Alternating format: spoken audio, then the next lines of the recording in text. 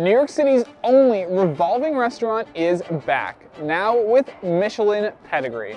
We've entered where no New Yorker dares to go, Times Square, to find out if this one-of-a-kind restaurant is worth it or just a tourist trap.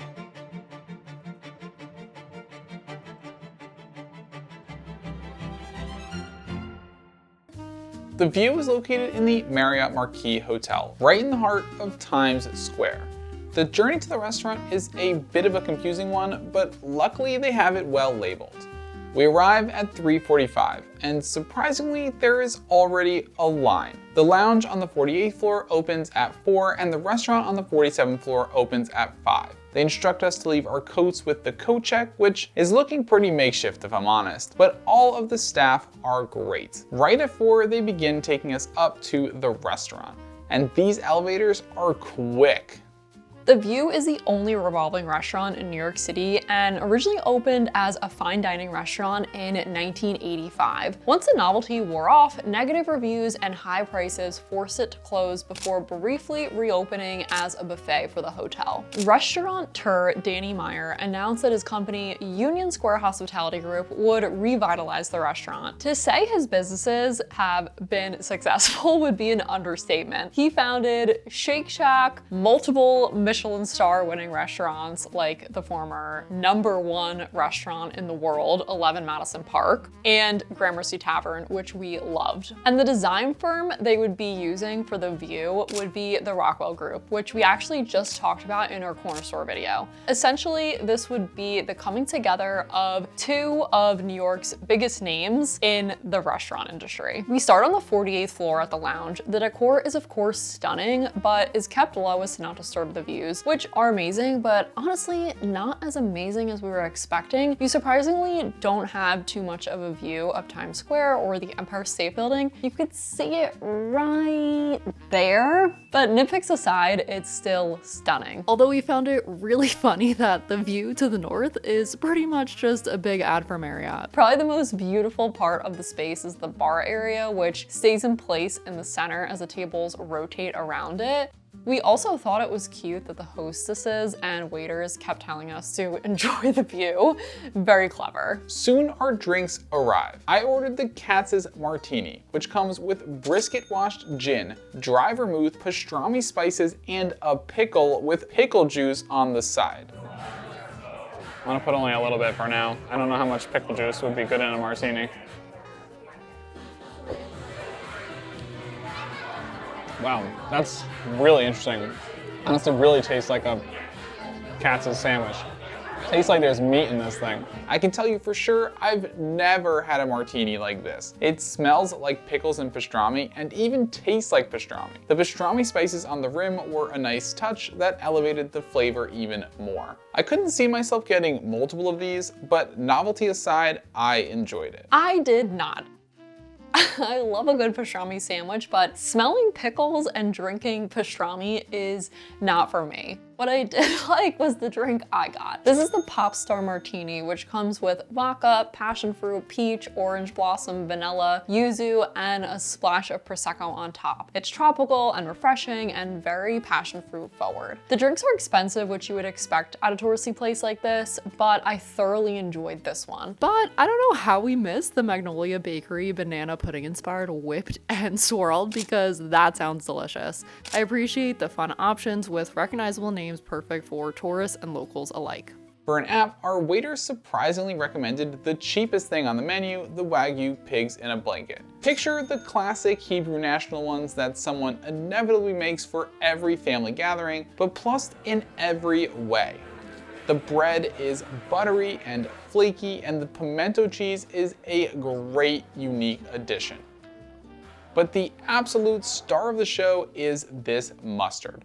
Oh my goodness, all of the herbs and spices, amazing. Next, we headed one flight down to the dining room. The ambiance on this floor is very similar, but instead of a bar, they actually have a pianist. And we felt like the tables were much more spread out. The executive chef is Marjorie Meek Bradley, who used to work at the DC location of one of our favorite steakhouses, St. Anselm. And she also worked at New York spots Upland and Pastis. Plus, she actually was a contestant on Top Chef. The menu focuses primarily on steaks, but there are a few other interesting options as well. It's obviously expensive, but compared to other steakhouses in New York, the prices are on the lower side. There haven't been any in-depth reviews yet, so we weren't too sure what to order, but decided to go with the toasted ravioli, char-broiled burger, and Snake River Farms picanha. First came a cup of breadsticks. For some reason, the bread offerings at Danny Meyer's restaurants are always so unique. The focaccia at Gramercy Tavern was excellent, so we were excited to give these a try. I've never seen breadsticks that are like rectangles.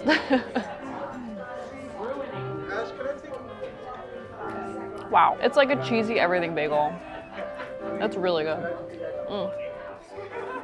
That's so good. This is what they needed in the corner store Caesar. This is amazing. Honestly, you're so right. Oh my God, this is so good. It's like the perfect consistency for a breadstick. And it would be a perfect crouton. Wow. The perfect consistency for a breadstick. Cooked just enough to have a crispy texture without being hard. I'm glad they don't sell these in stores because they could be dangerous. I could have eaten a dozen of these things, but luckily our toasted ravioli arrived. That red sauce is perfection, really good. They're stuffed with burrata with a heaping portion of Parmesan cheese on top and served with San Marzano tomato sauce. The best part of the dish to me was easily the tomato sauce. It was well seasoned with a ton of flavor. It was just too bad we didn't have any more breadsticks to dip in it. Another staple in Danny Meyer's restaurants are the hamburgers. I mean, the guy founded Shake Shack, so we figured it wouldn't hurt to try the burger here, plus it's much different than the one from Gramercy Tavern. This one has mushrooms, a sharp cheddar cheese, and comes with horseradish sauce. What a view. The sun is setting, all the lights of the buildings are coming on, and it is so magical, honestly bringing me to tears. Let's try this burger. It's so nice and hot, and the bread feels so soft. 10 out of 10. Oh my goodness, this burger. I love mushrooms, and this burger seemed like it was made just for me. One of my favorites in the city. I definitely don't like mushrooms as much as Kristin, so I didn't know what to expect. But wow, this is easily the best mushroom burger I've had. The flavor really isn't too much. The burger is on the more simple side, but still excellent, and probably worth a shot even if you don't love mushrooms. It also comes with a side of freshly cut fries, hot and crispy on the outside with some pepper and oregano. I always appreciate a unique fry. But what I was really excited about is this, the 9-ounce Snake River Farms picanha. Picanha is a cut of steak that comes from the rump area, but it's actually just the rump cap. So it's a more tender, fatty, and flavorful part of the rump. It's extremely popular at Brazilian steakhouses, and I actually don't think I've seen it anywhere other than a Brazilian steakhouse. And Snake River Farms sells some of the best American Wagyu you can get. Wow, this place is insane. I was not expecting it to be this good. Oh my God, excellent. So much flavor, so good. Whatever I said about the steak from the Polo Bar, consider this to be the exact opposite. It could not have been cooked any better. The inside was a vibrant pink. It had a nice thin layer of char and was so ridiculously tender.